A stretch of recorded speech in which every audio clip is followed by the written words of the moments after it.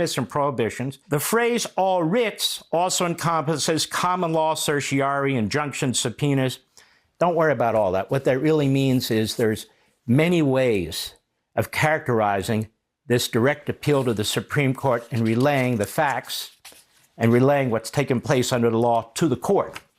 In fact, you can use multiple requests for writs. It says choosing the correct writ to obtain the desired relief is no longer necessary in the federal courts. Different writs may be sought alternatively or cumulatively. The choice is now unimportant. The subtle distinctions among the various writs have no effect on their relative usefulness as vehicles for interlocutory review. We're not seeking interlocutory review at the federal level, but in effect we are of the state court's activities. Hello, before you finish on the state side, we have some big questions that the Supreme Court needs to answer. The jurisdictional prerequisite for application of the All Writs Act is simply that the writ be necessary, appropriate, in aid of the jurisdiction of the issuing court. The Supreme Court in Labai versus Howes-Letber Company explained the power of the courts of appeals under the Act. Quote, the question of naked power has long been settled by this court.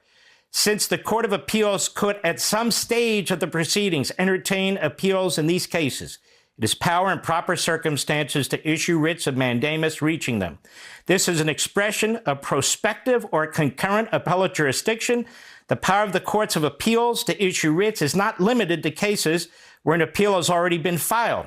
Rather, this power of review extends to all proceedings where the actions of the trial judge at some future stage of the litigation may be reviewable. That applies to the federal chain. But as I explained here, we have violations of federal law, of federal constitutional provisions by a state court.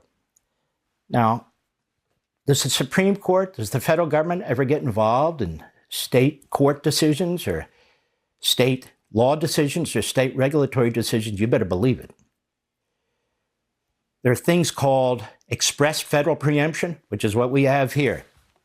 Federal Constitution, federal due process rights, federal equal protection rights under the Constitution as applies to the states. Federal jurisdiction under the federal election law, under a federal presidential election, and I could go on and on and on. You have implied federal preemption.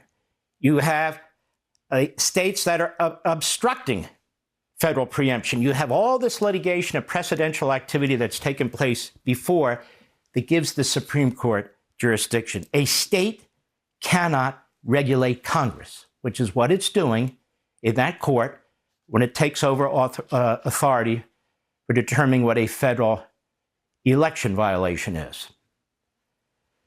That's important. Or the Equal Protection Clause, or the Due Process Clause, or the First Amendment Free Speech Clause about a non-disclosure agreement. Federal courts, starting with the Supreme Court, have intervened in state actions before. Civil rights issues, death penalty issues, Bush versus Gore, a presidential election issue, where you have federal jurisdiction issues. And how have they used it? Well, the Supremacy Clause, they've used the Commerce Clause, they've used the Necessary and Proper Clause. When it comes to regulating federal elections, especially a presidential election, Congress has exclusive plenary power. And the Supreme Court has overall authority. When you have an extraordinary, radical, extreme, multitudinous case of violations of federal law, whether it's substantive, whether it's process, whether it's jurisdiction, this is the case. Me, as I said first out of the gate, I'd file common law writs. I'd file a writ of prohibition that restrains a body exercising public power from exceeding its powers or usurping jurisdiction, which it does not have. It seems like this. You could file a writ of mandamus, ordering a lower court, in this case the state courts, to stay their actions while the court considers. It might go with a writ of certiorari, arguing that there is a statutory basis for it. It doesn't matter. You've got to take it to the door of the Supreme Court. They will decide whether to take it or not. And if they don't, shame on them. Because if there was ever a basis for what we call a common law writ, it's this.